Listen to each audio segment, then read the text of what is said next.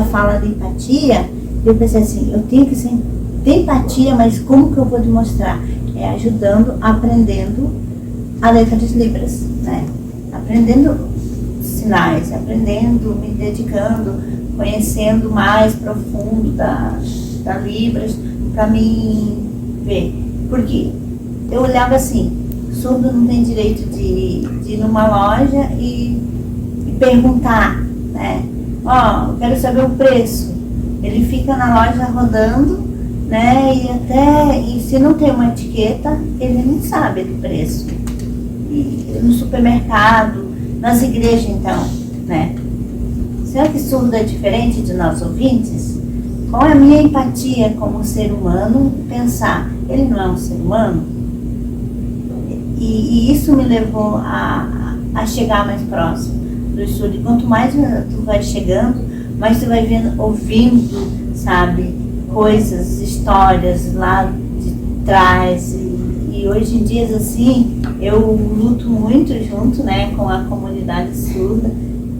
E me revolto quando alguém faz empatia que não tem empatia pelo surdo. Certo. E aí você decidiu agora, então, ser futuramente uma professora. Você pode falar dessa tua escolha e também como que é hoje em dia? Tem bastante professor? Está faltando professor de Libras, né, no mercado atualmente? Então, o que eu percebo, eu tenho bastante falta de intérprete, né? Que a gente fala um professor, né, futuros intérpretes, tem muita falta, né? Porque os surdos precisam, eu, graças a Deus, passei na UFSC, né? Tô na terceira fase, e assim, é muito gratificante quando eu ouço as minhas professoras, a professora Débora, a professora Karen, a professora Jaqueline, que são surdas e são minhas professoras. Então, assim, eu ouço as histórias dela e me choca. Por exemplo, a minha professora Débora, hoje ela é formada, doutora, né? E ela só foi ter o conhecimento total com a Libras com 18 anos. E não tinha aquela convivência com pessoas surdas. Quando ela descobriu, ela disse assim, parecia que eu tinha descobrido um novo, porque tudo que eu fazia dizia que eu era chata. Porque é essa impressão que surdo é chato, surdo é bravo, surdo é irritante, mas não é, porque como que alguém, pensando assim, segunda língua, eu quero aprender inglês, mas se eu não estudar, a pessoa que fala inglês para mim é chata. Imagine alguém aqui falando contigo em inglês e você não entender. O dia todo, em todos os lugares, e as pessoas não compreender. Por exemplo, eu sei pouquíssimo de inglês, né? Mas eu fico pensando, será que eu teria como pedir uma comida se eu fosse para um outro país? Eu fico imaginando. O surdo é como se ele fosse um brasileiro, mas estivesse fora do mundo deles. Eles não teriam um mundo para eles, né? Se não é dentro da Libras. E esse é muito pequeno. Então a gente luta todo o tempo com a discriminação, com o preconceito, porque o surdo é burro. O surdo não é burro, os surdos são muito inteligentes. Porque senão não teríamos doutoras sendo professoras.